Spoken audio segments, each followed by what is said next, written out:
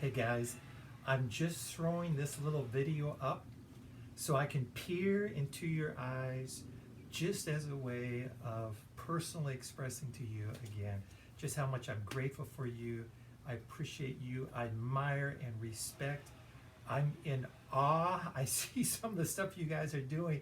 It's just blowing me away. So I'm just really, really proud of you.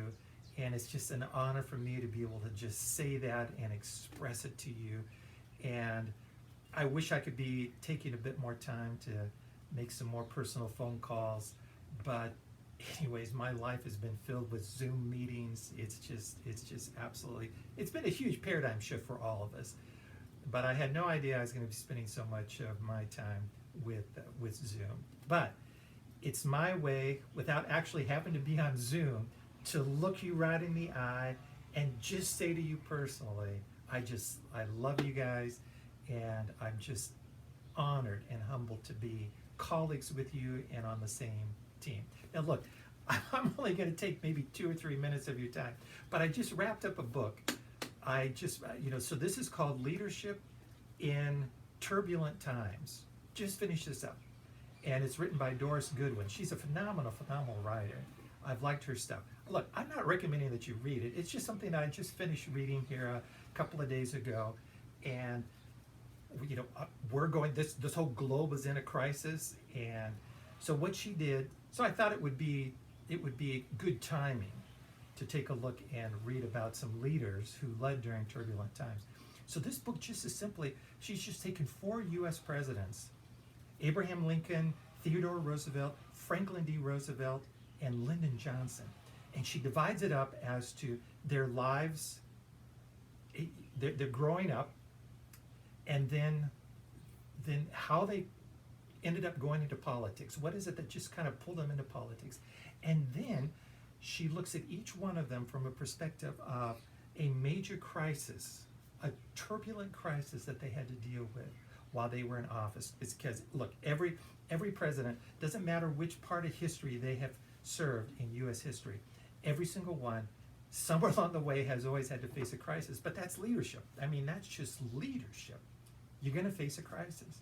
But the thing that I want to share with you is not necessarily leadership, even though I love it. And again, this isn't dealing with spiritual leadership, because I've shared that with you, and I'll be sharing some more when it comes to spiritual leadership. But the thing that I just found intriguing was personally the crises that they went through and the challenges of the sheer staggering loss that some of them went through in their own lives, and yet they still went on to achieve some of the greatest leadership that this country has ever seen. And of course, they all came from different backgrounds. Abraham Lincoln, from just sheer poverty, he had nothing. Theodore Roosevelt, Franklin D. Roosevelt, they were raised in a fairly affluent families. Lyndon Johnson, somewhat there in between. But here's the thing, and that is, there was personal loss, there was personal challenges and crises that they had to deal with, even in the midst of their leadership. Abraham Lincoln lost a child. Theodore Roosevelt, this is unbelievable. I didn't realize this until I started reading more about his life. I mean, he was in his 20s. His father had already died when he was a teenager, but he was in his 20s. He'd fallen in love with this young girl, and they were living at with his mom in the family home.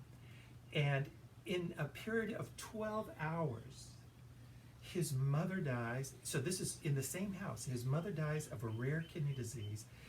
His wife, who is pregnant and giving birth, she dies. The child survives, but she dies. In 12 hours, his mom, his wife, passed away. And as he writes in his journal, he writes these haunting words: "The light has gone out in my life." And then, of course, you come to Franklin Roosevelt. So he is stricken with polio. Literally, the entire time that he served as president, it was with polio. In fact, he ends up dying in office. And of course, we know Lyndon Johnson had issues as well. Look, guys, we all of us go through something. I mean, I'm not talking about the crises in the church. I'm talking about the issues in our lives, in our families, in our extended families. There's disappointments, there's discouragement, and yet we're still leading through all of this. Look, I got 30-some-year-old kids, and I can tell you, even at that age, as parents, we're still dealing with stuff with them. We got parents that are aging. We're dealing with stuff with them that can be just discouraging at times. Our little twin granddaughters, they're turning 5 years old in June 16, and because of this whole quarantine thing, for sure I'm not going. We don't know if Sharon's going to go, but for sure I'm not going to go because I can't come back, and then all of a sudden 2 weeks in quarantine. That's just not going to happen. Look, I'm only sharing that little vignette because that's what it is. It's a little vignette. This is not a gut-wrenching loss or crisis, but it's something that impacts the heart. And to think about, you're getting separated from all the rest, everyone's getting together for those little 5-year-old celebration. It's not a massive crisis. There's still so much to be thankful for, but it's still a loss, still stuff to deal with. So I just want you to know, look, as leaders, we're all going through this, including yours truly. We all go through this stuff. And it can be distressing, it can be discouraging. This huge paradigm shift, it's been a big change for Sharon and myself. Just figuring all this stuff out. For those of you that have kids at home, because of school, distant learning, that's a huge change. That's a big shift that goes on. I mean, it impacts finances when all of a sudden we're used to 2 incomes for the family. Now we're down to 1 income. I mean, this can be stressful. This can cause distress and stress. So all I want to do is just simply say, look, we're here for each other. I'm here for you. You're here for me. We're journeying together. This is the fragileness. This is the brokenness of life that we're dealing with all the time. We're always there to try to be of support to our members, to whatever is the crises that they're going through. How often does anyone step up to the plate and say, hey, look, I'm there for you? I think that sometimes there's just this somehow this cosmic misunderstanding that if you're a pastor or a pastor's family, that somehow you just cruise through life on some primrose pathway, which of course is just not a reality, but most don't realize that. But as a pastor, I do. As a pastor, you do too, because we know it, we're living it. This is just life for us. This is our reality. And so I think about these leaders, the staggering issues that they went through. I think about us, the issues that we go through as leaders, that we go through as families. And I'm just so grateful that we do it together. We journey together.